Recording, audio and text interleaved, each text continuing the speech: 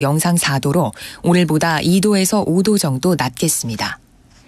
낮 기온은 서울이 8도 등 전국이 5도에서 13도로 오늘보다 1도에서 6도 정도 높겠습니다. 바다의 물결은 제주도 남쪽 먼바다에서 최고 3.5m로 일겠습니다. KBS 제1라디오 저녁 종합뉴스 아나운서 유지원이었습니다.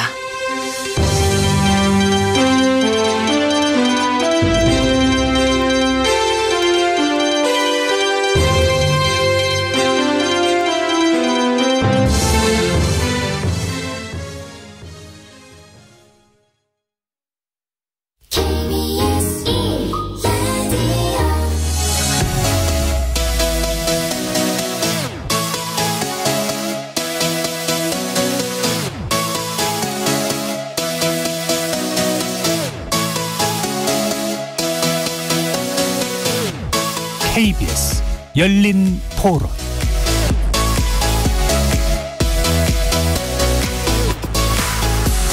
안녕하십니까. KBS 열린 토론 정준희입니다.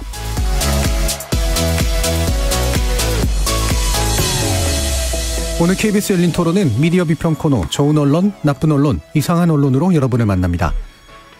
대구와 대전 등 일부 지자체가 대중교통 무임승차 연령을 만 65세에서 만 70세로 올리면서 노인 연령 기준 상향 논의가 불붙고 있습니다. 이미 초고령 사회에 진입한 우리나라의 최근 변화를 수용해야 하면서도 각종 노인복지제도와 또 밀접한 연관성을 갖고 있어서 대단히 까다롭고 복잡한 문제가 내포된 이 이슈를 우리 언론들은 어떻게 보도하고 있을지 논객들의 눈으로 자세히 평가하고 분석해보겠습니다. 이어지는 2부에서는 허위 정보에 대한 취약성을 국가 간에 한번 비교해보면서 미디어 리터러시의 중요성을 짚어보는 시간 갖도록 하겠습니다. KBS 열린 토론 지금부터 시작합니다. 살아있습니다. 토론이 살아있습니다. 살아있는 토론, KBS 열린 토론. 토론은 라디오가 진짜입니다. 진짜 토론, KBS 열린 토론.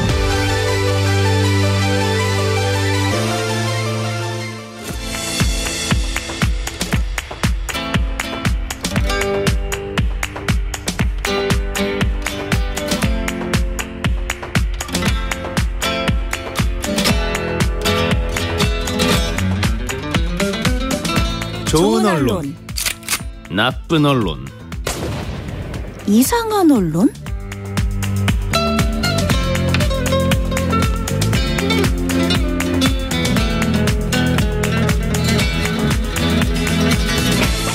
논논논 함께해 주시는 세 분의 전문가 소개해드리겠습니다. 이정훈 신한대 리나시타 교양대학 교수 나오셨습니다. 안녕하세요. 미디어 정책 전문가 정미정 박사 함께하셨습니다. 안녕하세요. 미디어 인권연구소 뭉클의 김원경 소장 자리해 주셨습니다. 안녕하세요. 저희 문자로 참여하실 분 샵 9730으로 의견 남겨주십시오. 단문은 50원, 장문은 100원의 정보 이용료가 붙습니다. KBS 모바일 콩과 유튜브를 통해서도 무료로 참여하실 수 있습니다. 자, 지하철 적자의 주요 원인이 어르신들에 대한 지하철 무임승차 제도 때문이다라는 이야기 참 오래된 이야기인데요. 이것의 인과관계도 물론 되게 중요하겠습니다만 어쨌든 우리가 이제 인구 구조가 급격히 변동하는 상황이 오면서 노인이라고 하는 기준을 어떻게 잡을 것인가 문제, 이건 또 상당히 중요한 이슈이긴 하죠. 자, 우리 언론 여기에 대해서 어떤 보도를 하고 있는지 전반적으로 일단 짚어보겠습니다. 나쁜 보도부터 살펴볼 텐데요. 김원경 소장님께 부탁드렸습니다. 예, 일단은 나쁜 보도를 탁 집어서 이야기하기 이전에 노인 인권 관련해서 어떻게 보도해야 되는가를 먼저 좀 얘기하고 싶은데요. 네. 한국기자협회와 국가인권위원회가 만든 인권보도 준칙에 노인 인권 관련된 조항이 있어요. 이 조항을 보면은 노인 관련 보도를 할 때 무엇을 주의해야 하는가를 이야기를 하는데요. 노인 문제를 제도적이고 종합적인 관점으로 접근해야 한다. 네. 노인의 어떤 문제들을 사회적 정책적 해법의 내용으로 제시해달라라고 이야기를 하고 있거든요. 그런데 사실 이번 사안에 있어서 이런 정책적인 접근에 있어서 굉장히 부족하다라는 생각이 일단 들었어요. 예. 그래서 저는 나쁜 보도 하면은 이렇게 탁 저격하는 게 굉장히 마음이 불편해서 예. 고민을 했는데 이 보도를 선택한 이유는 꼭 이 보도만 그런 것이 아니라 어찌 보면 이 보도와 비슷한 식의 구성이 너무나 많다. 예. 그래서 그 대표 사례로 그냥 가지고 왔고요. 세계일보의 노인 무임승차 논란 65세면 일할 나이 대 빈곤율 감안이라는 제목의 보도입니다. 이 보도의 특징은 제목에서부터 65세면 일할 나이다. 그리고 반대로 빈곤율을 감안해야 한다라는 찬반의 입장을 담고 예. 있고요. 보도 내용에서도 찬반 의견을 담았어요. 그런데 이 보도에서 이제 아쉬운 점들을 얘기하자면 일단은 기자의 입장에서 쓴 표현에 의하면은 지하철 적자 규모를 감안할 때 불가피한 측면이 있다는 의견이 상당수이지만 직접 당사자인 노령층에서는 경제적인 부담이 커질 것을 우려하는 목소리도 적잖다라고 네. 이 사안을 객관적으로 봐요. 그러더니 인터뷰들을 하는데 일단은 자기는 교통비로 9만 원을 지출하는데 연령을 조금 높이는 것이 좋겠다라고 하는 20대 대학생의 목소리. 네. 그리고 무임승차 연령이 상향된다면 내 그 지하철의 적자폭이 줄어들고 거기에 따라서 내 요금이 인상되는 시기가 늦춰지지 않겠냐라고 이야기하는 30대 직장인을 이야기를 담습니다. 여기서 어르신의 의견도 담는데요. 여기서 76세 인테리어 업체를 운영하면서 사업 목적으로 한 달에 10번 정도 지하철을 이용한다는 분의 이야기를 하는데 이분은 이렇게 말합니다. 65세면 일할 나이인데 지하철 요금을 내는 게 맞다라고 생각한다. 지하철 적자가 늘어날수록 나라가 빚을 지는 셈이기 때문에 무료로 타는 데 대해서 미안하게 생각하는 마음이 있다라고 합니다. 그리고 여기서 또 여론조사 이야기를 해요. 그러면서 어떤 여론조사를 보니까 응답자의 47.2%가 무임승차 제도를 지하철의 재정 악화 요인으로 뽑았고 무임승차 제도에 대해서 폐지 또는 변경이 필요하다라는 답이 약 70%에 육박한다라고 네. 하거든요. 제가 쭉 말씀드린 거를 보면은 결국은 이제 여론을 형성을 해서 상향 조정을 해야 될 필요가 굉장히 높다라는 이야기를 끌어가고 있어요. 물론 이 보도에서 노인의 이야기도 담기도 합니다. 그런데 이 노인 단체의 목소리를 전하면서 호소하고 있다. 라는 이야기를 하고요. 또 다른 그 노인의 인터뷰를 통해서 토로했다라는 결론을 하거든요. 이 노인이 뭐라고 말을 하냐면은 내가 지금 국민연금을 받아서 생활하는 입장에서 부담스럽다. 무임승차 적용을 받지 못하면 한 달에 최소 10만 원은 내야 할 것 같다라고 네. 토로하고 있다라는 거예요. 이렇게 노인의 의견은 토로하고 호소하고 뭔가 내가 힘들다라고 이제 네. 읍소하는 그런 내용을 담는 반면에 사실적으로 무임승차 제도가 지하철 적자의 주된 원인인지 밝혀진 바가 없거든요. 근데 이것에 대해서 이거를 노년유니언 그 사무처장이 이 말을 하는데 이것에 대해서 그렇다 아니다라는 기자의 어떤 살펴보는 노력 이런 것은 없어요. 예. 전반적으로 이 보도는 관련 내용을 다루는 듯 하면서도 주로 여론을 통해서 국민들의 의견을 갈라치기 하면서 노인을 어떻게 보면은 예. 코너로 몰아가는 그런 그 인상을 주는 그런 보도여서 나쁜 보도라고 이렇게 뽑아봤습니다. 예. 기본적으로 원칙으로 보면 노인 보도는 제도적 관점에서 또 종합적인 시야를 가지고 어떤 정책 안에서 이제 이 문제를 볼 것이냐가 필요할 텐데 그게 이제 지금 권고되는 기준인데 네. 그렇지 못하다는 거죠. 네네. 지금 그 말씀 주신 내용을 보니까 이제 이게 여론조사인데 서울교통공사 등 전국 6개 도시철도 운영기관이 주체고요. 그 의뢰한 주체죠. 네. 2020년 11월 전국 18세 이상 성인 남녀 1000명을 대상으로 조사한 결과로 보입니다. 네. 도시철도 운영기관의 재정 악화 요인에 대해서 물었는데 이걸 왜 묻죠? 근데 응답자의 47.2%가 무임승차 제도를 꼽았습니다. 그게 아마 그 내용이었던 것 같아요. 네네. 무임승차 제도에 대한 폐지 또는 변경 필요하다고 응답한 사람들이 이제 총 70% 가까운 그런 수치이긴 한데요. 여기 여론조사를 왜 했을까 근데 이거를 하네요. 그분들께 물어서 예. 답을 구할 수 있는 문제가 아니잖아요. 그러니까요. 예. 그러니까 이거는 굉장히 사실은 이걸 제한한 곳 자체가 사실은 서울교통공사 등 전국 6개 도시철도 운영기관이 실시한 것이거든요. 그렇기 때문에 저는 이게 약간 그걸 감안하고 봐야 된다라는 예. 점도 있고요. 굳이 이런 여론조사를 보도마다 사실 많이 등장해요. 네. 근데 이게 여론조사를 통해서 결정할 수 있는 내용이 아니라는 것이죠. 그렇죠. 두 가지 측면이 조심해야 되는데 기본적으로 이제 뭔가를 주장하고 싶은 측에서 자신의 주장을 펼치기 위해서 도구로 사용하는 여론조사인 경우들이 많고 또한 그 여론조사가 실제로 조사할 만한 내용을 조사한 것이냐에 대한 점검도 필요한데 이제 이게 무비판적으로 좀 인용된 면이 분명히 있는 것 같네요. 자, 다른 두 분 의견 한번 또 들어보죠. 정미정 박사님. 저는 여론조사를 해야 될 이슈가 있고 그다음에 하지 말아야 될 이슈도 있다는 생각을 합니다. 그러니까 특히 이렇게 지금 철도와 관련돼서 재정 악화가 발생하고 있다. 그렇다면 그 원인은 무엇인가? 이것은 구체적인 실태 조사와 데이터에 기반한 치밀한 분석이 선행이 되어야만 합니다. 예. 그래야 도출될 수 있는 결과인데 이거에 대해서 그 어떤 데이터도 갖지 못하고 있는 대중들이 그냥 물어보면 어떻게 그 이유를 예. 알겠습니까?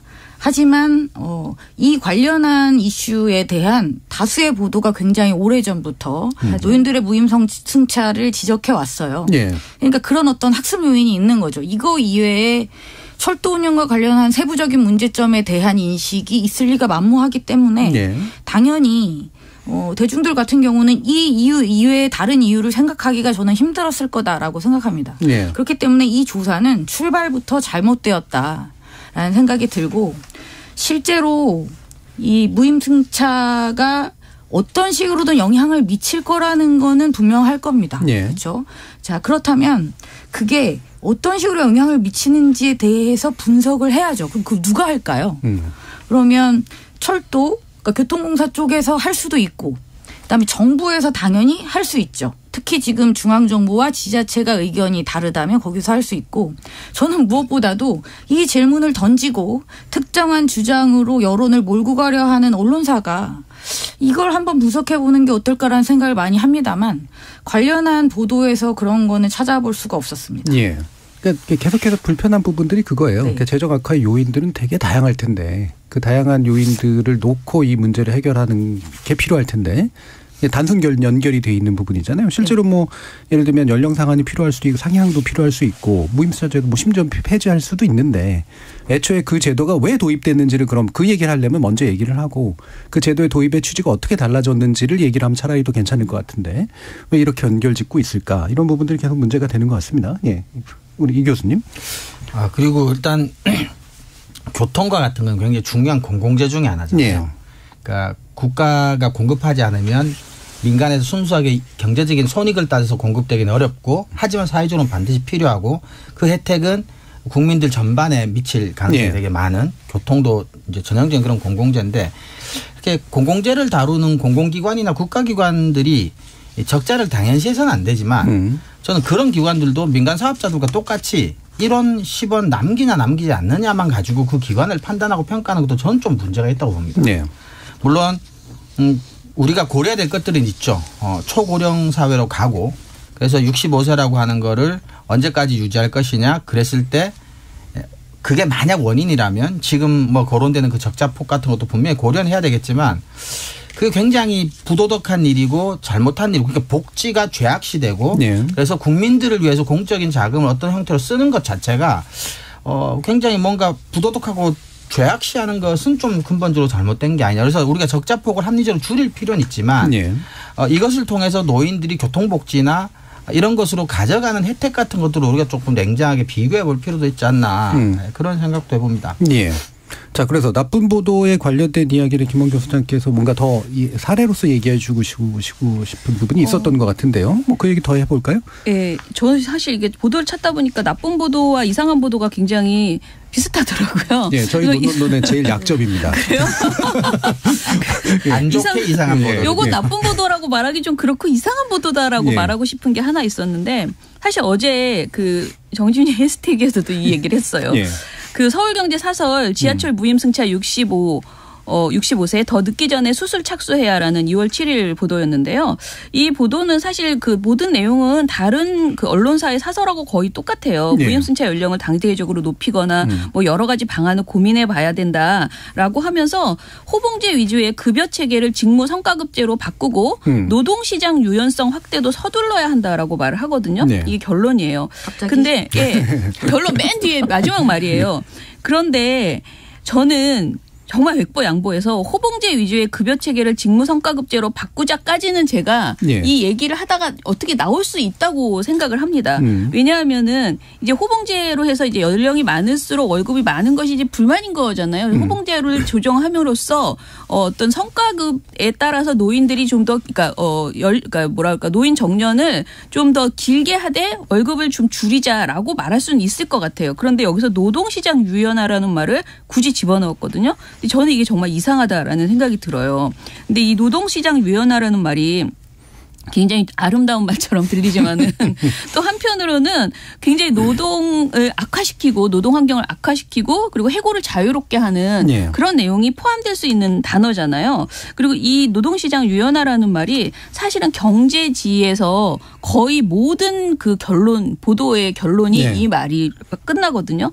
근데 여기 서울경제에서 그러면 이 노동시장 유연화를 어떤 때 또 사용했나 사설을 좀 보니까 예를 들면 작년 8월 31일 사설에 노동시장 양극화, 유연화 외에는 답이 없다라는 보도가 있어요. 이 사설에서도 마지막으로 임금 결정 과정에 시장 기능이 작용할 수 있도록 노동시장 유연성을 높여야 한다라고 하고 우리나라가 세계적인 국가 경쟁력 평가 기관들로부터 노동시장 유연성의 바닥권이라는 지적을 받고 있다. 대기업과 정규직에 대한 보호 수준은 완화해야 되고 중소기업과 비정규직의 보호 수준을 높여서 양극화한 시장을 점차 총합해 나가야 된다 하면서 계속 유연성 얘기를 하고 있어요. 그런데 이런 결론을 굳이 이 지하철 무임승차 65세 이 보도를 하면서까지 집어넣는 것은 매우 억지스럽고 이상하다라고 저는 생각이 들어요. 물론 그러니까 의도는 있죠. 의도는 있는데 이렇게까지 연결하는 것은 좀 이상한 행동이다라는 생각이 듭니다. 그러니까 굳이 이게 노동시장 내지 이제 노동 정책하고 연결이 되려면 일반적으로는 정년에 관련된 부분이 그나마 그 연령하고는 관련이 좀 있는데 뭐 65세 이상 그러니까 70세로 가면 70세가 갑자기 돈 더 많이 받고 뭐 이러는 건 아닌데 호봉제는 굳이 말하면 근속 연수나 경력하고 좀 연관이 돼 있고 그게 연령하고 일부 연관성이 좀 있는 건데 그렇죠. 이걸 왜 굳이 엮었을까? 이 교수님. 방금 이 소장님께서도 말씀하셨지만 우리나라 경제신문들에게 노동 유연화는 반노조와 함께 거의 뭐 정가의 보도 같은 것 같아요. 네. 근데 방금도 말씀하셨지만 이제 노동 유연화라고 하니까 이제 말이 멋있는데 이 말은 이제 쉽게 해고를 하고 쉽게 채용을 할 수 있게 하자라는 취지죠. 그래서 이런 얘기는 우리나라 언론 특유의 그러니까 뭐 약간의 연관성을 가지고는 왔대 결과적으로는 본질과 상관없는 하고 싶은 얘기를 하게 되는. 그래서 지하철 무임승차 연령과는 상관없이 친자본적이고 반노동적인 그들의 평상시 논조를 다시 한번 반복하고 말게 되는 이런 경우가 아닌가 싶습니다. 네, 흔히 뭐 이거는 약간은 비속어처럼 들릴 수도 있겠습니다만 이제 저는 걸어치기라는 표현을 이제 쓰는데 이제 목표를 정확하게 맞추지는 못하겠으니까 한쪽에 쿠션을 줘서 이제 가는 이제 그런 방식인데요. 이게 이제 경제지들이 또 자주 쓰는 그런 방식이긴 합니다. 그렇죠. 뭐 요즘 쓰는 말로는 기승전 다음 나오는 뭔가 이런 거기도 하고요. 정미정 박사님. 그러니까 기승전 항상 결론은 같다는 느낌이고요. 읽다가 다시 돌아가고 다시 돌아가고 다시 돌아갔어요. 아니 갑자기 아까도 말씀드렸는데 갑자기 아무리 봐도 논리적으로 이게 연결이 안 되는 이야기를 이렇게 자연스럽게 그잖아요. 아주 자연스러웠어. 뭐 이렇게 넘어간다는 게 참 기가 막힙니다. 네. 그러니까 이게 이 논의를 하려면 이제 별개의 논의로 하면 될 것 같은데 굳이 이제 필요한 저도 뭐 이제 예를 들면 성과급제라든가 이런 부분들이 우리 노동시장에 필요한 게 있을 수 있고 일정한 노동 유연화도 필요할 수도 있는데 그게 말하고 싶은 거라면 다른 영역에서 좀 더 명확하게 얘기를 하면 좋을 것 같은데 이걸 왜 같이 하려고 할까? 연봉제 같은 경우는 논쟁의 여지가 있죠. 다툼의 여지가 있고 충분히 이야기할 만하다고 저도 생각하거든요. 사실은 정부가 일관성도 없는 것 같아요. 그게 이거랑 정부의. 그러니까 예를 들어 뭐 저도 노동 전문가는 아니지만 이런 식으로 가려면 노동 시간도 줄이고 연봉도 조금 이제 호봉제가 연봉제로 바꾸고 성과급제로 바꾸고 좀 유연하게 만들고 대신에 뭐 정년을 조금 늘리고 뭐 이런 게 기본적인 거잖아요. 근데 지금 정부는 노동 시간을 다시 늘리는 게 기본적인 방향 아닙니까? 그렇게 되면 사실은 지금 서울경제가 말하는 그리는 이런 그림 같은 거는 현 정부에서는 이루어지기 또 상당히 힘들지 않나? 근데 어쨌거나 이런 거는 단순히 지하철 무임승차 문제가 아니라 이건 사회적인 합의를 거쳐야 될 심도 깊게 논의해야 될 아까 말씀드린 노동시간 그다음에 임금 그다음에 정년 이런 것들은 사회적으로 대타협을 해야 될 대상이지 이렇게 그냥 교수님 말씀 지하철에 걸어쳐서 슬쩍 얘기하고 말 이례적으로 얘기하고 말 그런 부분은 아니지 않나 싶습니다. 그래서 제가 되게 웃긴 아까 제가 세계일보 보도에 댓글을 봤어요. 근데 그 보도는 상당히 제가 보기에는 나쁜 보도였는데 댓글이 너무 현명한 댓글이 많이 있었거든요. 근데 그 댓글 중에서 뭐라고 하냐면은 여기서 이제 그 어르신이 65세 이상이면 일할 나이인데 지하철 요금 내는 게 맞다고 생각한다라는 그 인터뷰를 땄잖아요. 그랬더니 나 지금 67세인데 나도 일하고 싶다. 그러면 지하철 요금 안 내겠다라는 그런 댓글이 있는 거예요. 그렇죠. 그리고 댓글에 그런 일을 하게 해달라. 그러면 나도 괜찮다라고 이야기를 하는 거예요. 나도 건강하다. 정말 일하고 싶다라고 하는데 사실 그런 것에 대한 내용은 보도가 없는 거예요. 이런 요구에 대해서. 그렇죠. 노동유연화하고 연관이 되려면 뭔가 이제 노인 고용에 관련된 측면들도 그 시장이 훨씬 더 활성화되고 실제로 제도적인 장벽도 많이 사라지고 그래야 되는데 그렇죠. 이게 연결성이 이제 부족한 측면들이 분명히 있다라는 이야기들 좀 했는데, 이게 이제 저희가 지난번에도 일부 이 이야기를 좀 했습니다만, 국민연금 관련된 문제 하면서, 기본적으로 이제 공포조장 보도나 세대 갈등 형식의 어떤 갈등 조장 보도나 이런 것들이 많은데, 뭔가 이렇게 좀 있으면 우리 망해. 그러니까 뭔가를 해야겠어라고 하는 마음을 일으키는 거는 좋은 일이나 이게 그 조급한 마음으로 해결된 문제가 아니라서 이제 생기는 것들이 좀 있잖아요. 그래서 어떻게들 보시는지 정문정 박사님. 저는 인구 구조가 지금 계속 변화하고 있는 상황에서 어쩔 수 없이 이제 도래하게 되는 어려움이라는 부분을 분명히 인정해야 된다고 생각합니다. 단지 이제 그 시기를 어떻게 현명하게 대처하고 조율할 것이냐의 문제가 있는 것인데 연금도 마찬가지고 지금 교통에 있어서의 노인을 중심으로 했던 복지도 이 제도상에 어느 정도 변화가 필요한 시점은 왔다라고 생각하거든요. 그렇다면 진짜 현명하고 차분하게 대처를 해야죠. 우리 모두 같이 늙어가고 있는데 이렇게 노인을 적대시하거나 노인에 대한 혐오를 확대하는 방식의 보도가 이렇게 이루어지는 것은 문제 해결에 전혀 도움이 되지 않습니다. 그래서 이게 문제 해결을 지향하는가 정말 이제 이런 그 바탕에서 좀 물어보고 싶은 것들이 좀 있긴 있어요. 그러니까 이런 보도들을 접하면 저는 이번 문제는 그 국민연금하고는 또 다르다는 생각이 드는 게요.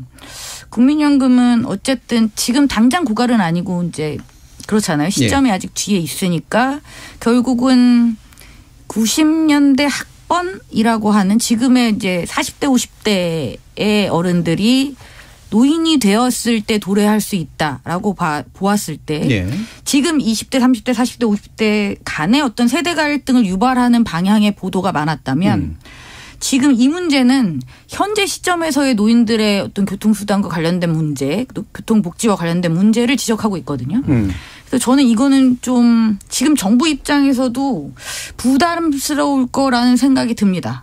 선거도 다가오는 상황에서 이렇게 정부에서 쉽게 뭐 상향을 한다던가 복지 정책을 축소한다던가 하는 방향으로 가기는 어려울 것이다. 저는 그래서 그런 어떤 상황을 고려해서 좀 더 현명한 방향으로 논의가 진행되었으면 좋겠다라는 바람을 좀 가지고 있습니다. 지금 한병표님은 지하철 없는 지방에 거주하는 70세로 지하철 무임승차 제도에 찬성합니다. 무임승차는 역기능보다 순기능이 많다고 보는데요. 지하철 무임승차하면서 나들이도 많아지고 건강이 좋아져서 결과적으로 건강보험 비용이 줄어듭니다라는 말씀 주셨습니다. 유튜브 청취자 남송광섭님은 지하철 무임승차 연령을 65세에서 단번에 70세로 올리면 65세에서 69세 노인분들이 놓여있는 분들의 느낄 충격이 더 크지 않을까요? 2년마다 한 살씩 낮추는 점진적인 방안을 고려해야 한다고 봅니다라는 그런 의견도 주셨습니다. 자, 이렇게 이제 다양한 의견들이 충분히 있을 수 있으니 이게 이제 특정한 세대에 의한 대표성으로만 이제 환원하지 말고 이런 장단점들을 쭉 비교하면서 논의를 하는 장들을 좀 열었으면 좋겠다는 생각이 들고요. 혹시 뭐 이 부분에 대한 말씀 주실 게 있으시면 듣고 아니면 이정훈 교수님이 짚어주신 이상한 보도로 더 가볼까요? 네.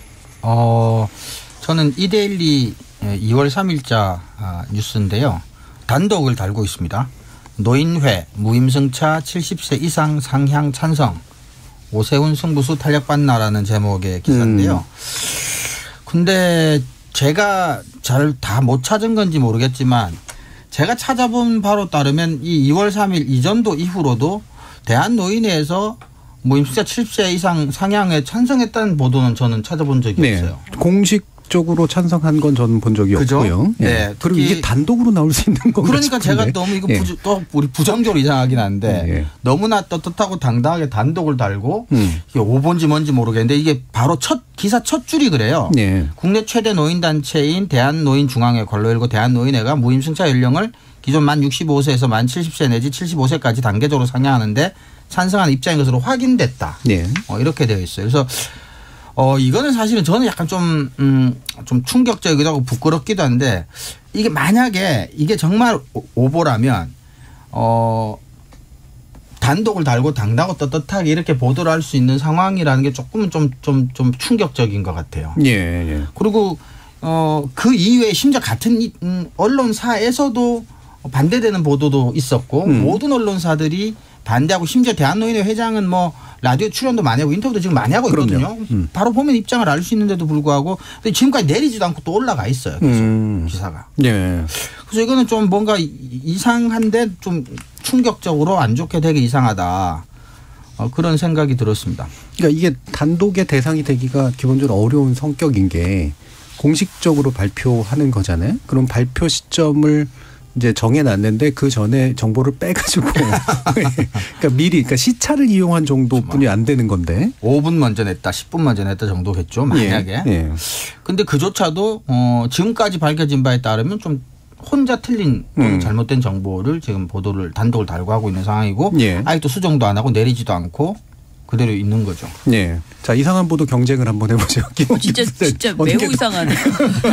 그러니까 저는 그 단독 오보가 아닌가라는 예. 그러니까 뭐 오보라고 단정하는 거 굉장히 위험한 일이긴 하지만은 지금 결론적으로 봤을 때는 대한노인의 그 회장께서는 정말 많은 방송에서 예. 지금 입장을 얘기하고 강경한 입장을 이야기하고 계시거든요. 그런 점에서는 회장도 모르는 누군가 인터뷰 뭐 이야기를 해서 뒤로 이런 의견을 받았을 것으로 보이는데 예. 그것은 이거는 확인하지 않은 그 내용을 보도한 것이기 때문에 이상한 보도가 아니고 사실은 나쁜 보도를 차지하셔야지 될 것 같다는 생각이 드네요. 나쁘고 이상하죠. 근데 네.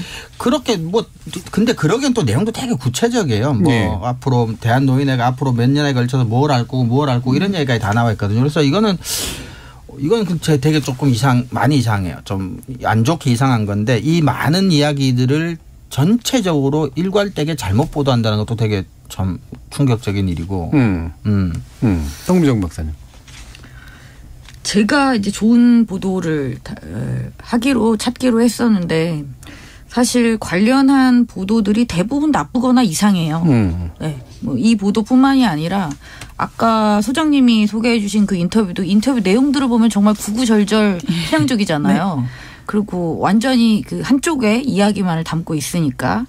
그래서 저는 좋은 뉴스라고 골라온 것이 그닥 좋지는 않습니다. 항상 그렇습니다만 지극히 평범하고 당연한 이야기를 하는 극히 소수의 기사를 찾는 게 너무 힘들고 특히 이런 이슈는 더 심하구나라는 생각을 했어요. 왜냐하면 지하철 무임승차, 노인들의 어떤 문제, 그러니까 뭔가 이게 강렬한 어떤 막 임팩트 있는 이슈라고 취급되어지지 않으니까 더 그냥 대충 쓰는 거죠. 네. 그러다 보니까 대부분 이상하거나 나쁩니다. 네. 좋은 뉴스는 더더더더 없었고 그래서 좋은 뉴스로 자연스럽게 넘어가서 말씀을 드리자면 제가 골라온 기사가 이제 한 2개 있습니다만 일주일로 특정을 해서 했으니까 혹시라도 요 이전에 좀 더 괜찮은 기사가 있었을지는 모르겠습니다. 하지만 제가 볼 때는 지금 제가 가져온 기사 이상을 뛰어넘는 것들은 이제 잊기가 힘들다라는 생각이 들고요. 가져온 기사 일단 소개해 드릴게요. 경향신문 기사입니다. 2월 6일자 지하철 무임승차 지속 가능성을 위한 3가지 쟁점. 그래서 사회적인 편익, 그러니까 무임승차로 인해서 얻어들일 수 있는 편익을 계산하고 그다음에 그로 인한 손실. 이게 거의 이제 계산이 이제 비슷하게 나오는데 네. 그로 인한 어떤 그 쟁점들을 이야기하자. 그래서 뭐 노인의 기준을 이제 어떻게 할 것이냐, 무임승차는 계속 이런 식으로 뭐 유지할 것이냐, 뭐 해외의 사례, 뭐 이런 거나 뭐 편익에 대한 이야기 이런 것들 굉장히 길고 구체적으로 데이터를 가지고 설명을 하고 있습니다. 그래서 특별하게 주장하는 게 있지는 않아요. 하지만 이 기사가 좋았던 이유는 이게 그냥 단순하게 노인들의 어떤 그 무임승차를 없앤다고 해서 이 모든 문제가 해결되는 것은 아니다. 그리고 노인들의 교통복지 차원에서의 무상 이 승차 이거를 없애는 것이 돈 몇 푼을 그냥 세이브하는 정도의 수준으로 간단하게 해결될 문제는 아니다라는 이야기를 종합적으로 서술하고 있었습니다. 네. 특히 아무래도 지하철에 만약에 이 무임승차가 없어진다면 안 나가게 될 확률도 있습니다. 그렇잖아요. 어르신들이 아예 이동을 안 하게 될 확률도 있죠. 돈이 없다거나 아니면 뭔가 불편하다거나 해서 이제 그렇게 되면 그 적자도 상당 부분은 덜 메꾸게 될 것이고, 근데 그로 인해서 벌어지는 그 피해라는 것이 노인분들이 가지게 되는 어떤 우울증이라든지 그 독고, 고독 이런 문제는 더 심해질 수 있다는 거죠. 그리고 일을 통해서 일도 많이 하잖아요. 실제로 그 택배, 어르신 택배, 실버 택배 이런 것도 많이 하고 그런 것뿐만이 아니라 무료이기 때문에 놀러도 다니고 서로 교류도 하고 이런 우리가 미처 돈으로 환산하기 힘든 굉장히 많은 사회적인 편익이 분명히 존재한다라는 것이죠. 그걸 다 계산할 수 없는데 그것을 다 잃을 만큼의 가치가 있는 것인지를 고려해야 된다라는 문제 제기를 충분히 담아주고 있기 때문에 저는 이 기사를 일단은 가져왔습니다. 또 유사하게 경향신문에는 이제 사설을 통해서도 또 다른 기사를 통해서도 이러한 내용을 담고 있는 게 좀 있었어요. 이 6일, 7일 이렇게 연달아서. 그래서 저는 일단 이 기사를 가져오긴 했습니다만 역시 저는 아쉽다는 생각이 드는 게 이런 이슈일수록 좀 더 일상적으로 다룰 필요가 있다는 생각이 듭니다. 이렇게 문제가 됐을 때 한꺼번에 자꾸 다루는 것 말고 이렇게 급하게 하다 보니까 특정한 좋은 기사는 너무 길어지거나 아니면 너무 단편적이 되거나 아니면 노인을 탓하는 형식으로 진짜 그렇게 그냥 머물러 버리거나 하게 되는데 지속적으로 이 이슈에 천착해서 매일매일 다룰 수가 없다면 뭐 꾸준히라도 다루는 방식으로 이 이슈를 좀 이렇게 풀어가려는 노력이 필요하지 않을까라는 생각을 해보았습니다. 이게 제목이 이제 노인 연령 기준 상향은 대세, 관건은 속도와 보완책. 이게 뭐 최대한 요약한 것 같아요. 제목 안으로. 그리고 실제로 뭐 저도 봤는데 뭐 이 기사가 제일 낫던 그런 기사는 분명했던 것 같고요. 그 이유가 이제 아까 김원경 소장님께서 제시해주신 기준 가운데 이 복잡한 이슈를 복잡한 것으로 인정하고 그렇죠.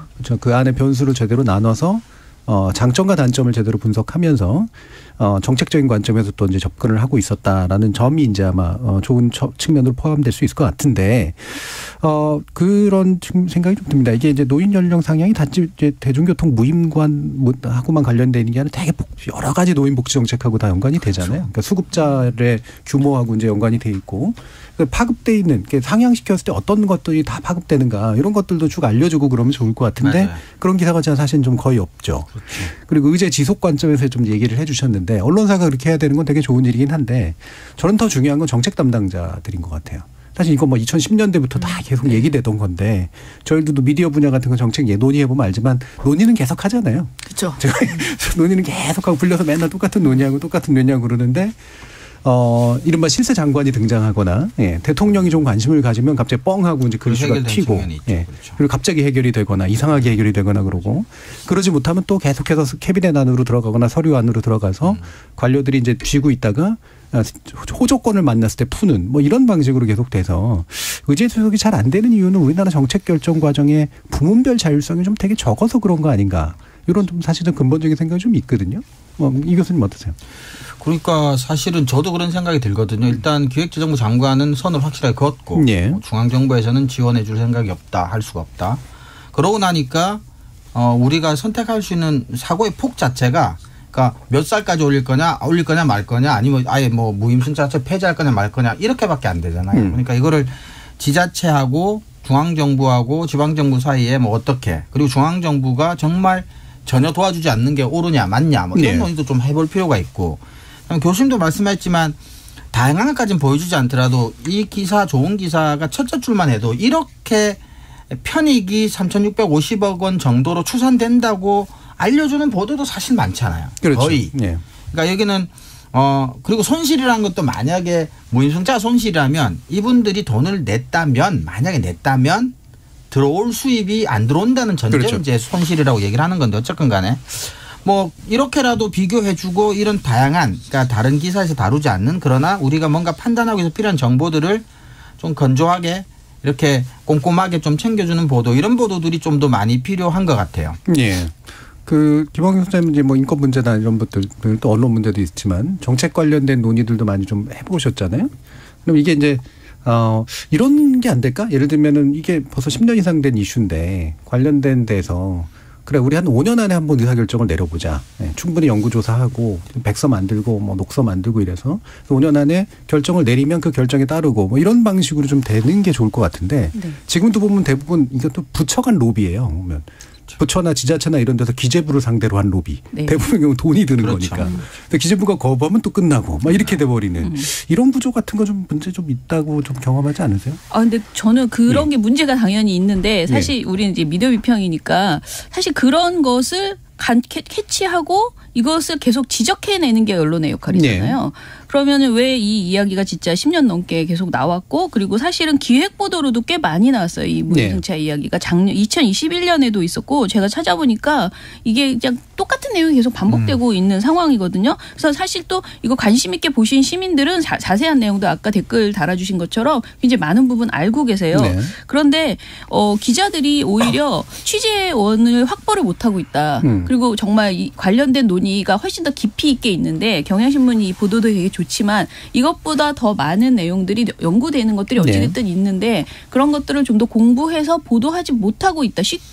그것을 보도를 쉽게 우리한테 알려주는 것이 언론의 역할인데 그런 내용들이 너무 부족하다라는 생각이 들거든요. 그러니까 계속 그냥 아주 쉽게 이 갈등, 세대 갈등으로만 부각해서 보도하는 게 그냥 쉽다라는 것이고 또 한편으로는 이 보도의 전 좋은 점이라고 그나마 생각했던 것은 누가 하느냐 이 논의를 어떤 사람이 오세훈 시장이 홍준표 시장이 했다라는 이런 식으로 얘기하는 것이 아니고 이 제도에 대해서 그냥 얘기를 하잖아요. 근데 사실 우리 언론은 지금 누가 이것을 제안했는지를 계속 말을 하거든요. 그럼 사실은 많은 사람들이 자신이 가지고 있는 정파적 그 생각에 따라서 그 사람이 했어 그러면 나쁜 거. 여기는 이 논의는 할 필요 없는 것 또는 이 논의는 무조건 찬성해야 되는 것 이런 식으로 전 접근한다고 생각해요. 그런데 그게 아니고 이 제도 자체를 두고 어디까지 논의를 해서 우리 사회가 진짜 이 뜨거운 감자기 때문에 어떤 정권이 어떻게 하더라도 이것을 결국은 만질 수밖에 없다. 그러니 이것을 우리가 어떻게 만져서 어떻게 해결해야 되는 것인가 이것에 대해서 좀 제대로 보도를 했으면 좋겠다라는 생각이 들어요. 예. 그러니까 이게 이제 그런 일들이 나오는 이유가 그러니까 제가 정책 의사결정 과정을 문제를 얘기한 게 우리나라는 대부분 다 정부가 어떻게 굴러가느냐에 다 상응하는 방식으로 바뀌거든요. 맞아요. 기업도 보면은 이제 대통령 바뀌면 기업의 CEO도 바뀌고 공공기관 바뀌고 그다음에 보직도 이제 1년 순환 정도로 해가지고 바뀌고 똑같잖아요. 언론도 보면은 보직 순환이 다 그런 식으로 이제 되니까 결국에는 정부가 의사결정을 내리는 또 의회가 의사결정을 내리는 구조에 나머지 사회의 다른 조직들이 다 비슷하게 따라가 있다. 언론인데 그러면 언론이라도 좀 달라야 되는데 사실 그렇지 못하기 때문에 생기는 문제가 아닌가. 예, 정민정 박사. 그러니까 해결되지 않은 문제를 오랫동안 논의를 하는데 논의의 진전이 없는 게 바로 말씀하신 그 이유 때문인 것 같아요. 항상 똑같은 얘기를 반복하는데 진전은 되지 않는 굉장히 소모적인 방식의 논의가 진행이 되는 것 같고 근데 정부의 주체들은 이제 선거를 통해서 계속 바뀐다고 하더라도 어떻게 하면 논의를 지속적으로 끌고 갈 수 있을 것인가에 대한 고민이 좀 있어야 될 것 같다는 생각이 듭니다. 예. 근데 그게 이제 구체적으로 어떠한 방식일 수 있을지는 한 번도 구현된 적이 없는 것 같아서 좀 막연하네요. 네, 가끔 이제 외국 같은 경우에 보면은 이제 특정 분야의 전문 기자가 한 10년, 20년 한 사람들은 공무원들이 무서워하거든요. 이 사람이 더 많이 하니까. 네. 그래서 말도 이렇게 브리핑 같은 거 할 때도 되게 눈치 보면서 이제 하게 되는 경우도 되게 많고 그런데 이 문제는 분명히 아마 서울시 담당이나 대구시 담당 기자들이 그냥 대충 썼을 테고 대부분의 경우는 아니면 정당 담당 기자나 뭐 이런 데들이 이제 또 자기 취재원 가지고 썼을 테고 그러다 보니까 아마 김원경 선생님이 말씀하신 것처럼 원래 이 분야에 진행돼 있던 연구라든가 이 성과를 찾아볼 만한 여력도 아마 없었을 가능성이 사실 상당히 좀 높죠. 네. 그래서 이런 부분에 대해 있어서도 좀 전문성 있는 언론의 지속적인 의제 뭐 이런 것들도 좀 필요해 보이지 않나 이런 생각을 해봅니다. 특히 이제 복잡한 문제일수록 당연히 이런 보도들이 더 중요해지겠죠. 예, 일부를 통해서 노인 연령 기준을 상향하는 문제와 대중교통 무임승차 관련된 이슈가 생각보다 훨씬 더 복잡하고 정교한 접근을 필요로 한다라는 부분까지 이야기를 나눠봤습니다. 여기서 1부는 좀 마무리 짓고요. 이어진 2부에서 허위 정보 관련된 이야기와 미디어 리터러시 관련된 이야기 나눠보도록 하겠습니다. 여러분은 KBS 열린 토론과 함께하고 계십니다.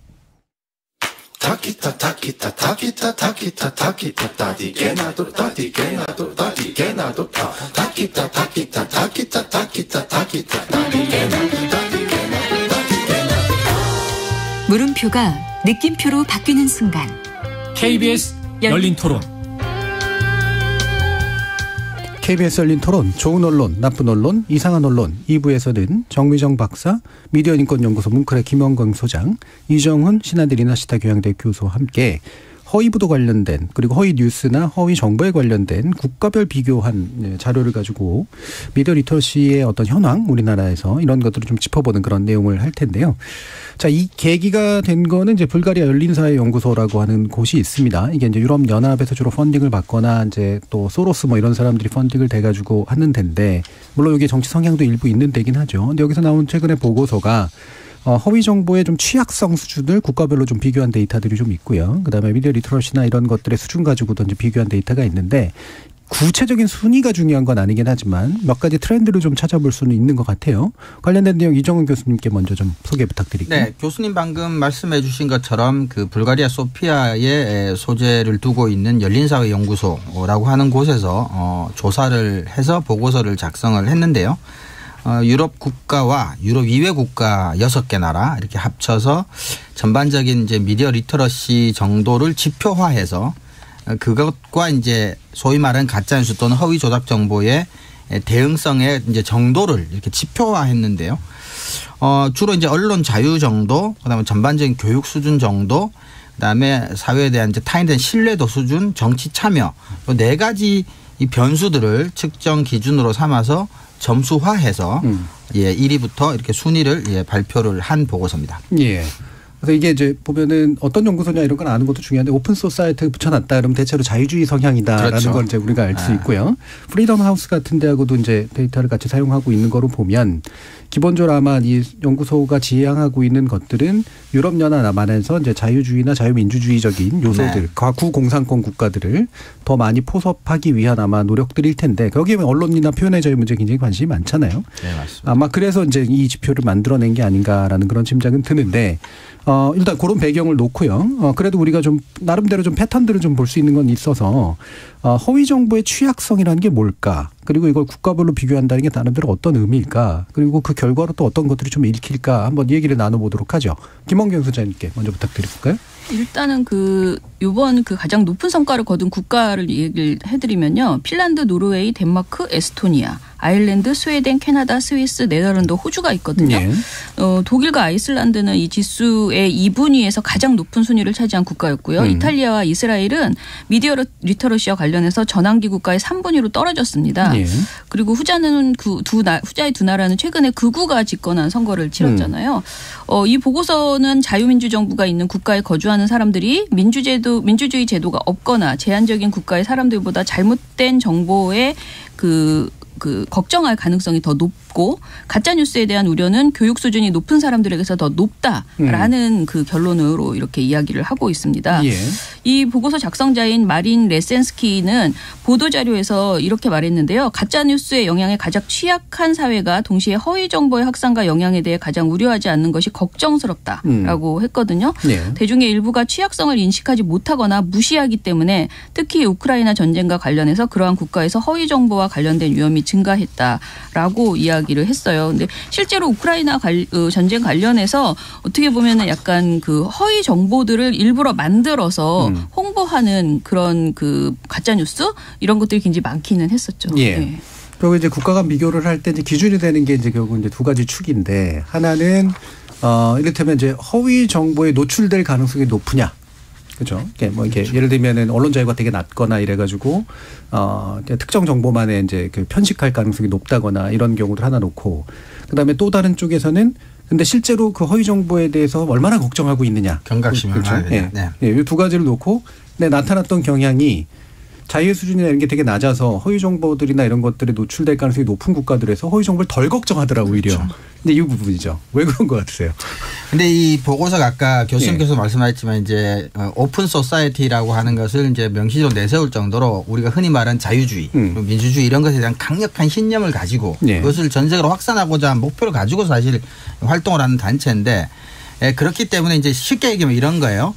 언론의 자유도가 높을수록 교육 수준이 높을수록 상호 신뢰가 높을수록 정치 참여가 높을수록 가짜 정보가 덜 돌아다니고 돌아다니는 가짜 정보에 대해서 경각심이 더 높다. 이제 이런 거죠. 그러니까 반대로 얘기하면 이제 자유가 없는 나라, 전제나 독재나 또는 민주주의 수준이 낮은 나라들은 정보에 대한 통제권 자체가 특정 권력 세력에만 가 있을 경우가 많고 또 정보가 서로 간에 경쟁하면서 좀 더 나은 정보가 좀 더 많이 퍼뜨려질 가능성도 별로 적고 한데다가 사람들은 또 이런 거에 대한 관심을 가지기에는 너무나 이제 삶이 팍팍한 나라의 가능성이 많다라는 거죠. 그러니까 지표를 보시면 아시지만 사실은 핀란드, 노르웨이, 덴마크, 뭐 스웨덴, 캐나다, 네덜란드 이런 나라들, 스위스 이런 나라들은 미디어 리터러시뿐만 아니라 모든 것들이 사실은 다 선진국들이죠, 사실은. 언론 자유 지수가 제일 높은 나라 구원에 속하죠, 대부분이. 거의 여기다 다 속하죠. 핀란드, 노르웨이, 스웨덴 이쪽은 늘 1, 2, 3위를 했던 나라들이라고 사실 볼 수가 있고요.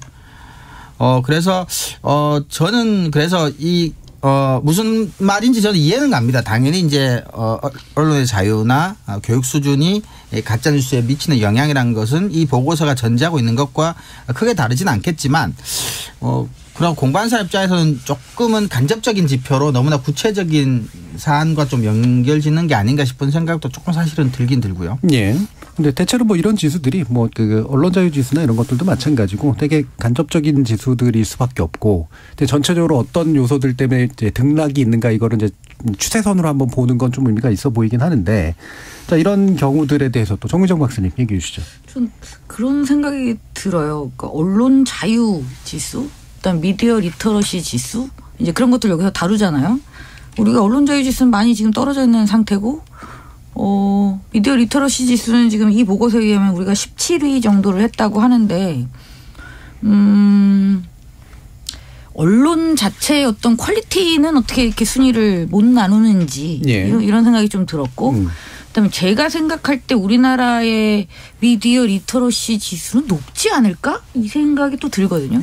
왜냐하면 저희가 논논을 진행하면서 항상 지적하지만 좋은 보도 찾기가 그렇게 어렵고 대부분이 이상하고 나쁜데도 불구하고 우리 시민 여러분들이 판단하는 것들, 뭐 댓글이나 아니면 또 다른 방식에서 이렇게 드러나는 노출되는 대중들의 목소리를 제가 접할 때는 최소한 그거보다는 더 낫다는 생각이 많이 들거든요. 그러니까 어렵게 말하고 꼬아서 말하고 왜곡되게 말하고 편파적으로 말해도 귀신같이 잘 알아듣는 거 보면 리터러시가 좀 높은 편이 아닐까요?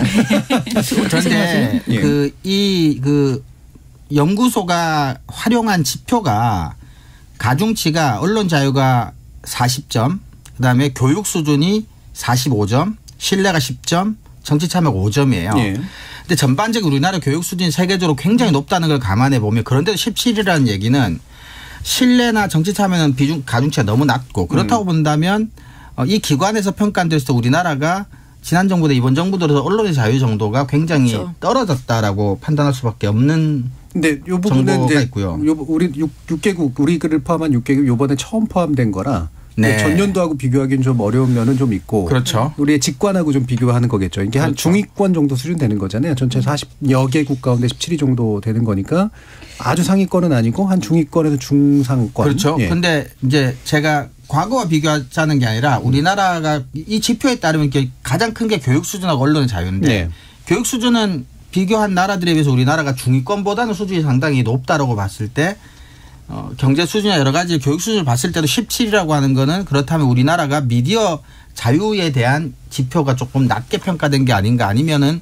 17이라는 순위는 좀 어쨌든 지수라는 것은 뭐 일부 가중치를 두고 계산을 해서 결과가 나오는 거니까 우리가 느끼는 거하고는 다소 다를 수도 있고 뭐 유사할 수도. 그리고 이거랑 좀 다르지만 작년 지표과 재작년 지표가 모르겠는데 디지털 미디어 리터러시 지표가 우리나라 10대 20대들이 전 세계에서 꼴찌 수준이에요. 근데 그 지표는 이런 걸 가지고 간접적인 지표라는 게 아니라, 예를 들면 땡튜브나 이런 인터넷에서 어떤 정보를 받아들였을 때 그 정보가 맞는지 아닌지 확인해 보려고 한다. 확인한다면 어떻게 확인하는지를 안다. 뭐 이런 지표를 굉장히 그건 오히려 더 이제 좀 더 미디어 리터시에 가깝게 그렇게 측정을 했는데 그러니까 어쨌거나 전체적으로 우리나라가 체감하는 것보다는 미디어 리터시 수준이 굉장히 좀 낮은 것 같아요. 근데 저도 말하고 싶은데 그 미디어 리터러시 아까 정미정 박사님은 이제 우리가 그래도 잘 돼 있지 않느냐 하는데 저도 그런 생각을 하는 게 이제 강의를 나가거나 이렇게 해보면은 생각보다 사람들이 그 우리가 말하는 가짜 뉴스에 대한 공감대가 굉장히 높고 정말 많은 분들이 가짜 뉴스가 많다라고 주장하거든요. 그런데 저는 제가 보기에는 그 정작 그 허위 조작 정보를 가려내는 능력 자체는 정말 약하다라는 생각이 좀 들고요. 그게 워낙 어려운 일이기도 하고 지금 이제 교수님이 말씀하신 그 내용이 이제 2021년 5월에 경제협력개발기구 OECD 국제학업 성취도 평가라는 게 있어요. 피사. 여기에서 21세기 독자 디지털 세상에서의 문해력 개발이라는 보고서를 발표했는데요. 여기에서 보면 한국의 그러니까 중3에서 고1 아이들이거든요. 만 15세 학생들을 대상으로 해서 그야말로 사기성 전자우편을 식별하는 역량 평가에서 한국이 굉장히 낮은 수준을 기록을 했어요. 한국 학생들은 주어진 문장에서 사실과 의견 식별률이 25.6%로 최하위 수준이거든요. 그리고 이런 질문도 해요. 그러니까 한국 청소년은 정보가 주관적이거나 편향적인지를 식별하는 방법에 대해서 교육을 받았는가? 라고 물으니까 이 조사에서 평균 이하의 그룹에 한국이 속해져 있다라고 나오거든요. 그러니까 사실 우리에게 미디어 리터러시가 제대로 된 적은 사실 없다. 주로 이 매체를 통해서 우리가 그나마 최근에 많이 이제 언론 문제를 공감하기 시작하면서 성인 대상으로 해서 특히 정치적으로 관심도가 높으신 분들은 언론에 대한 불신 이런 것들이 이제 많이 생겨났지만 사실 학생들에게 미디어 리터러시 교육이 제대로 되고 있는가를 봤을 때는 굉장히 못하고 있다라고 평가할 수 있을 것 같아요. 지금 그 상위권으로 나온 이제 북유럽권 국가들하고 이제 교육 체계라든가 이런 거 비교해 보면 확실히 이제 미디어 리터러시 교육이 공교육의 일부로 좀 포섭돼서 되게 평생 교육 일부까지 포괄하는 제도화 과정은 이 북유럽들이 훨씬 되게 빨리 돼 있잖아요. 그렇죠. 그리고 대부분 그러니까 유럽 선진국들이 이제 그런 걸 좀 빨리 좀 채택한 편인데 아직은 우리는 이제 사회적 관심은 높지만 공교육화라든가 제도화라든가 이런 부분은 상대적으로 좀 낮은 우리가 가지고 있는 경제 규모에 비해서 보면 그런 측면이 있긴 한 것 같아요. 그래서 그것도 일부는 좀 간접적으로나마 이제 반영이 된 측면들이 좀 있고요. 여기서 뭐 이제 하위권 국가들을 보면 이제 구공산권 국가들이나 분쟁이 많았던 국가들이에요. 네, 세르비아라든가 뭐 불가리아도 마찬가지고 그렇죠. 몬테네그로 지금 터키 같은 경우도 그렇고 그래서 내부의 어떤 그 전쟁을 많이 겪었거나 아니면 인종 분쟁이라든가 이런 것들을 겪었거나 이러면서 생기는 사회 갈등이 아마 신뢰 요소도 엄청나게 떨어뜨렸을 테고 그렇죠. 허위 조작 정보의 유통을 굉장히 좀 만연하게 만드는 그런 어떤 사회적 환경도 만들었을 테고 그래서 그렇죠. 대략적으로 이제 그런 사회적 분위기가 좀 반영된 측면들도 좀 있어 보이긴 합니다. 근데 재미난 게 이제 보면 우리가 이제 미국하고 좀 비슷한 순이에요. 미국하고 한 순위 정도 차이가 나나 아마 이제 그런 정도고요. 스페인 등하고도 좀 비슷하고. 그래서 미국은 어떤 거하고 우리나라하고 좀 비슷한 면이 좀 있을까라고 짐작하시나요? 저는 이제 미국으로보다 한 단계 낮아요. 근데 지표는 거의 소수점인지 모르겠지만 그냥 점수는 사실상 똑같은데. 네. 저는 한국이랑 우리나라랑 한국과 미국과 비교했을 때 동일하죠. 특히 가짜뉴스 관련해서는 저는 중요하게 보는 게 이제 정치의 속성이에요. 그러니까 정치 자체가 교수님 말씀하셨지만 하위권 국가들 이제 분쟁, 분란, 이제 감정적으로 적대적이고 이런 문화들이 많이 차지하고 그런 곳이 사실은 가짜뉴스가 활개치기 좋은 조건이거든요. 인지론적으로. 그래서 미국도 이제 직전 대통령이 그랬고 우리도 지금 보면은 정치가 굉장히 이제 지나치게 대립해서 상대방을 인정하지 않는 이렇게 되면 사실은 맞고 틀리고 가짜뉴스가 아니라 나와 생각이 다르면 가짜뉴스고 나와 생각이 같으면 뭐 진짜 뉴스고 이렇게 돼버리잖아요. 그러니까 대통령께서도 MBC의 어떤 뉴스가 가짜뉴스다라고 만약에 선언을 해버리시면 그건 사실 조심해야 되는 표현인데. 굉장히 조심해야 되는 표현이거든요. 설령 나에 대해서 우호적이지 않은 언론이다 하더라도 기성 제도권 언론을 가짜뉴스라고 말씀하시는 거는 거기서부터는 사실 여러 가지 많은 일들이 또 파생이 되고 트럼프도 사실은 그랬었고요. 그러니까 이런 것들이 그러니까 가짜뉴스조차도 진짜 가짜뉴스와 가짜뉴스를 만들어내는 그러니까 이런 정치 문화 이런 것들이 좀 한국하고 미국은 조금 비슷한 게 아닌가 그런 생각이 좀 들었어요. 예, 강한 진영 대립이 최근에 굉장히 강화되어 온 거 네. 이런 면들 정치 문화 과거는 좀 달랐는데 그렇죠? 최근에 상당히 비슷해지고 있는 측면이 좀 있죠. 이른바 그 극화된 정치라고 이제 얘기하는 이제 그런 영역들인데요. 혹시 뭐 여기 결과물에 대해서 얘기할 부분이 있으세요, 정도 맞습니다. 저는 그 정치 지역의 변화하고 같이 연동할 수밖에 없는 부분들이 지금 우리가 계속 논의했던 연금이나 그 노인 무임승차 부분하고 연결된다고 생각해요. 결국은 그런 복지 제도에 대한 강력한 도전. 그러니까 결국 자본주의가 심화되면서 나타날 수밖에 없는 계급 간의 갈등이 더 폭발적으로 증가하면서 비려지게 된 여러 가지 것들과 이 정치 지형의 변화가 연동해서 나타난다는 측면에서 미국과 우리는 굉장히 유사한 측면들이 있다라고 생각하고 있습니다. 예.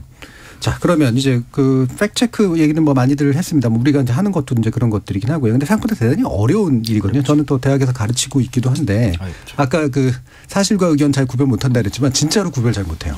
네. 학생들 해보면 대학생들인데도 실제로 기본 명제가 사실 명제인지 사실로 판단할 수 없는 명제인지 이 부분을 잘 구별 못하고 의견이 섞여져 있는 거를 참거짓으로 판단하려고 하는 그런 경향들이 좀 많이 있더라고요.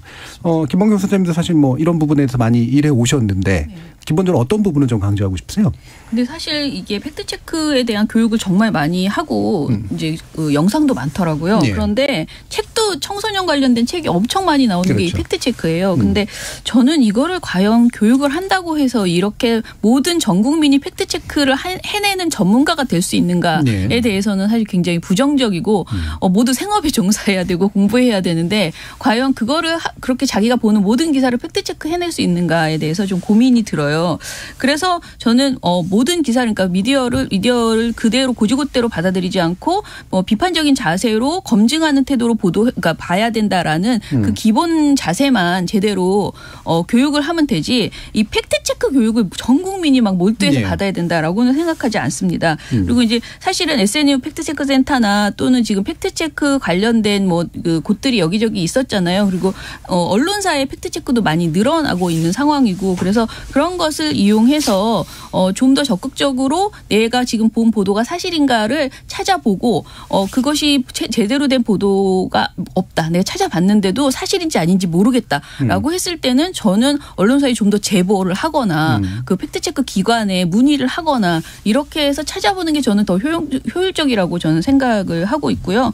그리고 사실 팩트체크에 대해서만 너무 몰두하는 게 그 행동이 저는 정파적으로 이용당한다라고 생각을 해요. 아까 말씀하셨지만 윤석열 대통령도 자신에게 불리한 보도가 나오면은 자꾸 그러니까 뭐 꼭 대통령뿐만 아니고 정부가 자꾸 그 가짜뉴스다라고 하고 이미 가짜뉴스에 대한 막 대책을 또 내놓기 시작했고 이 행동은 문재인 정부에서도 똑같았거든요.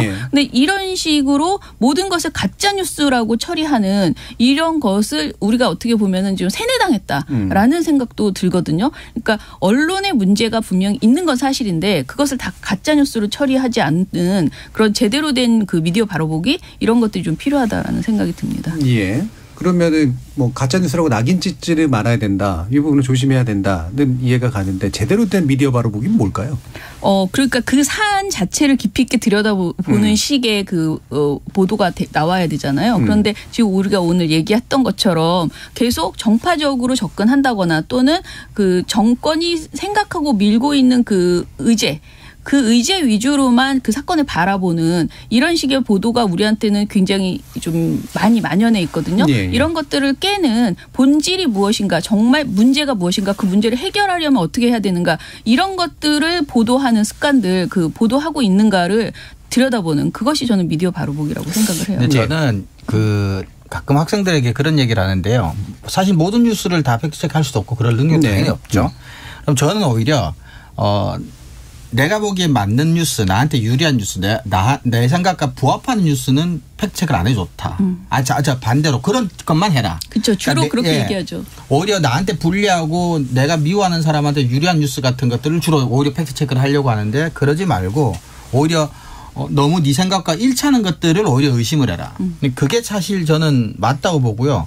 근본적으로는 팩트체크 같은 것들을 말씀하신 것처럼 모든 사람들이 다 잘하기는 힘들고 저는 초중고에서 논리학 수업이나 토론 수업 같은 거를 사실은 제대로 하는 게 훨씬 더 중요하다고 봐요. 그래서 그렇죠. 네. 예, 그래서 무언가를 주장하기 위해서 어떤 근거들이 최소한 필요하냐 정도만 본능적으로 알아도 그 근거들이 얼마나 충분하냐 충분하지 않냐를 가지고 좋은 뉴스 조금 상대적으로 덜 좋은 뉴스 정도로 구분할 수 있게 되는 거거든요. 그래서 예, 그 정도만 해도 괜찮지 않을까 싶은 생각입니다. 사실 작년에 이종 교수님과 함께 이제 저희가 연구한 그 내용도 있는데 거기에 주된 결론 중에 하나가 이제 그런 거죠. 팩트체크를 교육의 일환으로 하면 잘 안 된다. 그렇죠. 그러니까 팩트체킹하는 그런 방법론을 일부는 가르쳐 줄 수 있는데 중요한 건 그 태도와 자세를 배우는 것이고 그리고 팩트체크를 잘하는 전문가들을 연결하는 거.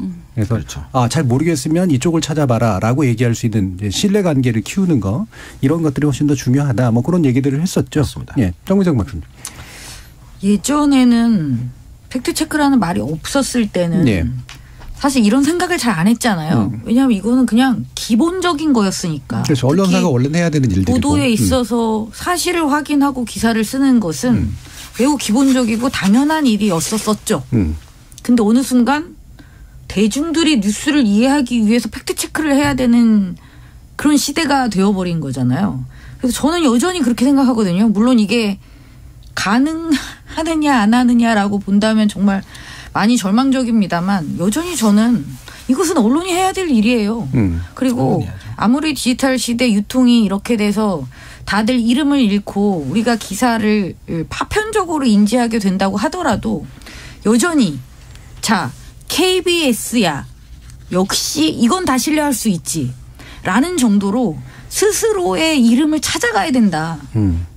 그래서 그 뉴스라면 우리가 무조건 신뢰할 수가 있어. 우리가 너무 헷갈리고 너무 혼란스럽고 복잡하다면 그래 KBS를 가서 뉴스를 한번 찾아보자 라고 하는 방식으로 특정한 언론사가 스스로의 존재 가치를 증명하고 이름을 되찾아야 저는 명실상부한 언론의 기능이 복원되리라고 봅니다. 물론 이것이 가능하냐 여부는 이렇게 참 말씀을 드리기가 참 그렇습니다만 그래서 팩트체크는 우리의 역할은 아니라고 봐요. 하지만 리터러시의 영역은 이제 좀 다른 거고 그렇죠. 아까 소장님께서도 계속 말씀을 하셨지만 결국은 뭐 국어 교육에 포함될 수도 있고 또 다른 과목일 수 있겠습니다만 제도 안에서 체계적으로 이루어질 필요는 있다. 그리고 그것이 끊임없이 논의는 되어 왔습니다만 아직 그게 이제 실제로 이루어지느냐 부분은 약간 좀 미진한 구석이 있죠. 근데 최근에 발표한 지난해 말 확정됐다고 하는 교육부의 2022 개정 초중등학교 과정 보도자료에 의하면 이 디지털 문해력과 논리력, 절차적 문제 해결력 함양을 위해 다양한 교과 특성에 맞게 디지털 기초 소양 반영 및 선택 과목을 신설할 수 있게 되었다고 합니다. 네. 네. 할 수 있게 한계예요. 네, 그죠. 한계이긴 한데, 그러니까 저는 어쨌든 이런 식으로라도 시작을 한다면, 요것을 좀 더, 그러니까 이 얘기도 사실 굉장히 오래된 논의인데, 맞아요. 예, 현실화되는 게 너무 늦어지고 있다는 건 이제 저희가 다 알고 있습니다만, 이 부분이 좀 더 구체화되고 현실화될 필요가 있다라는 생각이 들어요. 그러니까 문제가 있다고 해서 팩트체크를 온 국민이 다 하는 방식으로는 결코 해결될 수 없다. 하지만 문해력이라는 부분은 결국 여전히 중요한 부분이고 이것은 평생교육의 측면에서도 접근해야 한다. 왜냐하면 특히 디지털 리터러시라는 측면에서 우리 어르신들이나 어떤 고연령층이 키오스크를 대할 때 굉장히 힘들고 이런 문제가 지금 굉장히 사회적 문제로 또 부각되고 있잖아요. 네. 이게 완전히 분절적으로 이것 따로 할 수 있는 문제가 아니라면 통합적인 시각으로 세대에 맞는 교육 체계가 마련되어야 하고 그에 대한 현실적인 논의가 좀 필요한 시점이다라는 생각이 듭니다. 예. 근데 이거 잠깐 말씀드리면 아까 이제 미디어 리터러시 관련돼서 교육부에서 이제 들어갔다라고 이야기를 했잖아요. 근데 이게 애초에 2021년 11월에 발표했을 때에는 모든 과목에 미디어 리터러시가 포함된다. 녹아 들어간다라는 계획을 내놨어요. 그러니까 한마디로 별도의 과목은 아니다. 민주시민 교육의 내용 요소로서 모든 교과에 연계하겠다 했어요. 근데 이번에 발표된 것을 보면은요. 그냥 그냥 초등학교의 경우에는 기초 문해력 교육을 강화하기 위해서 국어 시간을 34시간으로 늘린다. 이 안에서 해결한다. 그럼 이 초등교사가 해결하라. 그러니까 초등에서는 국어 시간에 해결하라라는 것이고요. 그나마 고등학교에서 어떤 과목을 신설할 수 있다라는 것이거든요. 그런데 사실 해외의 그 미디어 교육 아까 잘 된다고 하는 곳들을 보면은 거의 모국어에서부터 시작을 하기는 하지만은 수학, 사회, 물리, 화학, 심지어 예능 뭐 굉장히 국제사회 다양한 과목에서 미디어 교육이 연결되어 있는 거예요. 그래서 지금 우리가 내놓은 이 교육과정 시야는 굉장히 미흡하다. 너무 미흡하다라는 생각이 좀 듭니다. 심지어 계속 바뀌고 있죠. 네. 축소되고 있고. 근데 점점 미디어가 인간들의 삶 속에서 깊숙이 들어오면 들어올수록 미디어 리터러시 교육하고 일반 보편 교육하고 구분하기가 점점 어려워질 거예요. 예. 근데 그런 점에서는 교육부가 그 정도 의도를 갖고 있지는 않은지 모르겠지만 결과적으로는 뭐 미디어 리터러시 한 과목 떼서 하기는 점점 힘들어질 테고. 근데 우리가 조금 조심해야 될 거는 팩트체크와 가짜뉴스 관계를 너무 단순하게 놓고 나면 단순 오보도 가짜뉴스로 보는 우를 범할 수도 있거든요. 가짜뉴스에서 가장 중요한 건 이제 악인데. 그렇죠. 의도적으로 허위를 조작한 거죠. 그렇죠. 그래서 일말의 진실과 이 사건에 관심 있는 사람이라면 무시할 만한 거짓들을 적절히 섞어서 그 악의에 호응하는 사람들에게 뿌리는 거기 때문에 사실 팩트체크로 가짜뉴스를 걸러낸다는 건 사실상 불가능하고 그래서 오히려 교수님 자주 하시는 말씀이잖아요. 그 KBS 같이 공영방송이든 제대로 된 미디어가 얼마나 신속하고 정확하게 교정 정보를 빨리 내주느냐.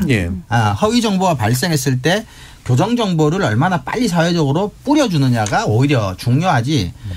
나쁜 놈 잡아서 나쁜 놈이 없어질 때까지 이건 좀 불가능하지 않을까 싶은 생각이 듭니다. 그래서 이제 우리가 공신력 있는 기관 이게 참 예전에 많이 쓰던 표현인데 그렇죠. 이게 사라지고 있는 표현 중에 하나예요. 그러니까 이미 누구나 다 그냥 가짜 뉴스라고 싸워버리니까 적어도 예전에 이게 뭐 예전이라고 비교하기는 좀 그렇습니다만, 그러니까 사실관계는 몇몇 군데를 확인하면 되고, 이를테면은 이제 BBC라든가 뉴욕타임스라든가 한국에서 뭐 KBS라든가 뭐 이런 식으로 그 다음에 의견은 차이가 있을 수 있으니.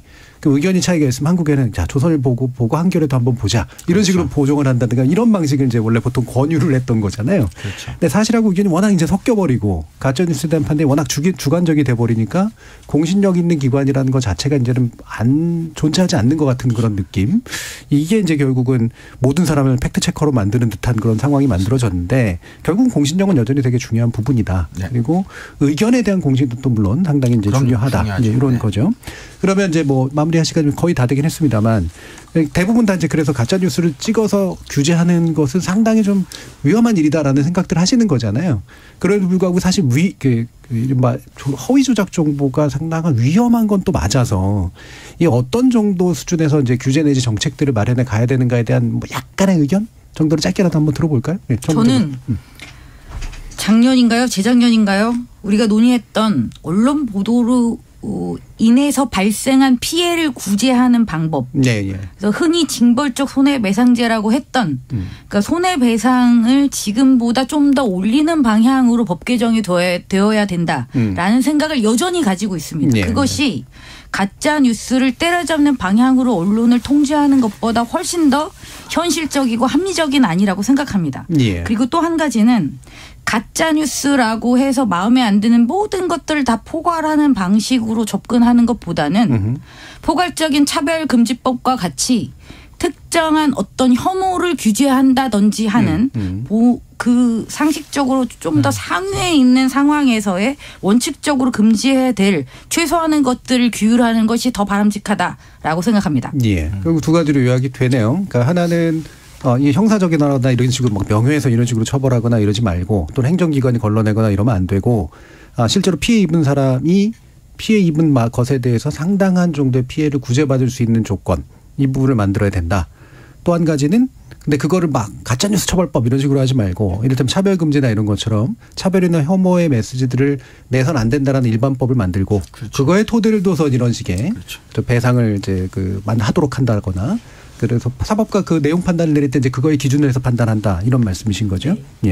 알겠습니다. 이게 김 소장님 뭐 말씀하실 게 있으실 것 같은데 짧게라도 한번 들어볼까요? 아니요, 저는 없고요. 그냥 이 가짜뉴스 관련해서는 사실 한 사람만 잘해서 한 곳만 잘해서 될 일은 아닌 것 같고요. 그러니까 지금 뭐 플랫폼 이 포털을 잡자라는 논의가 또 되고 있더라고요. 그런데 사실 계속 어떤 정권이 되던 간에 포털을 잡으려고 하는 포털이 문제다라고 하는 이야기를 계속 하고 있는데 포털 그리고 시민사회 미디어 리터러시 그리고 언론 문제 그리고 사실 정부나 국회 자체가 이것에 대해서 바라보는 시선 이 행동 이런 것들이 전체적으로 같이 되지 않으면 안 되겠다라는 말씀 드리겠습니다. 알겠습니다. 자, 오늘 KBS 열린 토론 논논논으로 진행을 해봤는데요. 오늘 함께해 주신 미디어인권연구소 뭉클의 김원경 소장, 신한대 리나시타 교양대학의 이종훈 교수 그리고 정미정 박사 세 분 모두 수고하셨습니다. 감사합니다. 고맙습니다. 감사합니다. 의도적으로 만들어진 허위 정보와 우리 안의 편견이 만나면 진실을 찾기 위한 태도보다는 과도한 자기 확신의 기초를 둔 차별, 증오, 그리고 폭력으로 이어지게 마련입니다.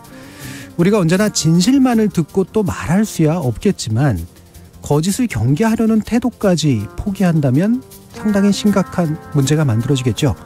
저는 그래서 낙관적 회의주의라고 하는 되게 모순적인 태도가 중요하다고 생각을 합니다. 지금까지 KBS 열린 토론 정준이었습니다.